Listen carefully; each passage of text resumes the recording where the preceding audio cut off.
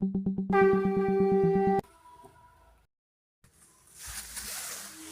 पुरुषोत्तमम। खुशी खुशी खुशी, कहाँ है खुशी इस संसार में? कहाँ है इसका वास? कहाँ होती है इसकी प्राप्ति? हम इतने सुख सुविधा में रहते हैं तो क्या हमारे अंदर खुशी नहीं? पहले जानने की जरूरत है खुशी होती क्या है, कैसे होती है इसकी प्राप्ति। एंटरटेनमेंट और हैप्पीनेस में फ़र्क है। रियल हैप्पीनेस का मतलब है आनंद की प्राप्ति, सतचित आनंद। स्विट्जरलैंड की म्यूरिख यूनिवर्सिटी के शोधकर्तागण जानना चाहते थे कि लोगों के मस्तिष्क में खुशी की भावना किस तरह पैदा होती है। उन्होंने रिसर्च कर पता लगाया कि टेम्पोरोपैरिटल जंक्शन मस्तिष्क का वह हिस्सा है जहां सामाजिक व्यवहार और उदारता जैसी भावनाएं पनपती और बढ़ती हैं।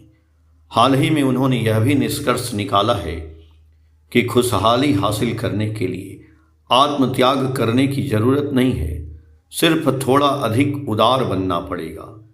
इससे ही खुशी महसूस की जा सकती है।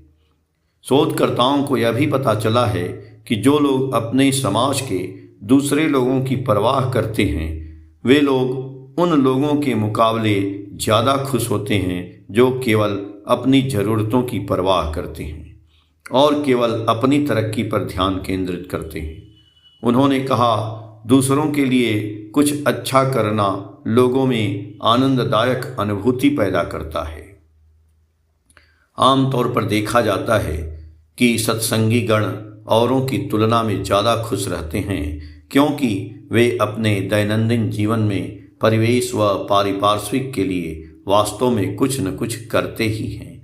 ऐसा नहीं है कि उनके जीवन में दुख तकलीफ नहीं आते या वे जीवन की वास्तविक कठिनाइयों से ऊर्ध्व में रहते हैं। दरअसल ऐसे विपरीत परिस्थिति में वे टूटते नहीं हैं।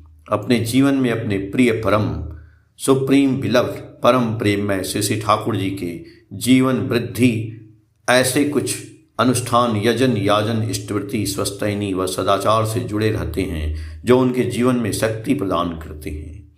साथ ही वे अपने जीवन चलन में आचार्य अर्थात आचरण सिद्ध व्यक्तित्व से परिचालित व आशीर्वाद सिक्त अर्थात अनुशासनबद्ध रहते हैं एवं उनको अपने जीवन का नियंता बनाकर विभिन्न परिस्थितियों में उनके दिव्य दिशा निर्देशों से परिचालित होते हैं। एक बार एक भक्त ने जब परम प्रेममय श्री ठाकुर जी से अपने कष्ट के निवारण के लिए उपाय पूछा तो श्री ठाकुर कहते हैं, कष्ट में ही सुख है। यदि दूसरे के चेहरे पर हंसी ला दें तो देखेंगे कि आपको उसमें कितना आनंद आता है। आप स्वयं एक फटा चिटा कपड़ा पहनकर भी यदि अपने प्रिय व्यक्ति को एक अच्छा कपड़ा पहनाएं और वह कपड़ा पहनकर आनंद पाएं तो क्या आपके मन में फटे कपड़े पहनने का कोई दुख रहेगा? आँख दुनिया की हर चीज़ को देख सकती है मगर अपने आप को नहीं देख सकती है। दूसरे को उपभोग कराकर आनंद पहुँचाने में जो उपभोग होता है उसका ही आनंद अच्छी तरह से अनुभव हो सकता है। सिर्फ अपने उपभोग या आनंद का स्वाद कोई स्वयं अच्छी तरह नहीं चख सकता है। जो मनुष्य खूब बेवकूफ़ नहीं है वह परिवेश के संबंध में उदासीन नहीं रह सकता है। परिवेश के विषय में जिससे प्रकृत भावना जगे, परिवेश के लिए जिससे करे, उसके लिए ही भैक्ष्यम चर, यही विधान था। परम दयाल कारण पुरुष श्री ठाकुर जी की वर्षों पहले कही गई उपरोक्त बातें क्या आज के वैज्ञानिक के निष्कर्षों जो यहाँ पहले बताया गया है को पुष्ट नहीं कर रहा है? आज भी हमारे परम पूज्यपाद आचार्य देव को अक्सर कहते सुना जाता है, तुम्हारे घर में यदि रोशनी है तो घर के दरवाजे व खिड़कियां खोल दो ताकि आसपास में रोशनी जाए, आसपास वाले को भी चलने का पथ दिखे। अपने जीवन व परिवार की खातिर चाहे जो भी जीविका निर्वाह कर रहे हो उसमें से समय निकालकर अपने स्वार्थ से परे ऐसा कुछ रोजाना जरूर करो ताकि उससे आसपास समाज व परिवेश के लोग लाभान्वित हों। आचार्य देव के प्रति प्रेम व लगाव उन लोगों से यह करवा रहा है, तभी तो इन सभी के चेहरों पर खुशी विद्यमान रहती है, हमेशा ही, हर परिस्थिति में ही।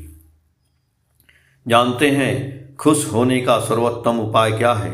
वह है याजन, अर्थात अपने आसपास के लोगों की सेवा करना, सुख दुख का भागी बनना, वास्तव रूप से उनके लिए कुछ न कुछ करना।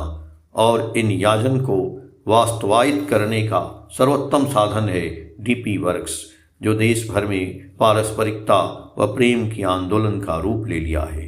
यदि खुश रहना चाहते हैं तो डीपी वर्क्स करें, करेंगे तो जय गुरु।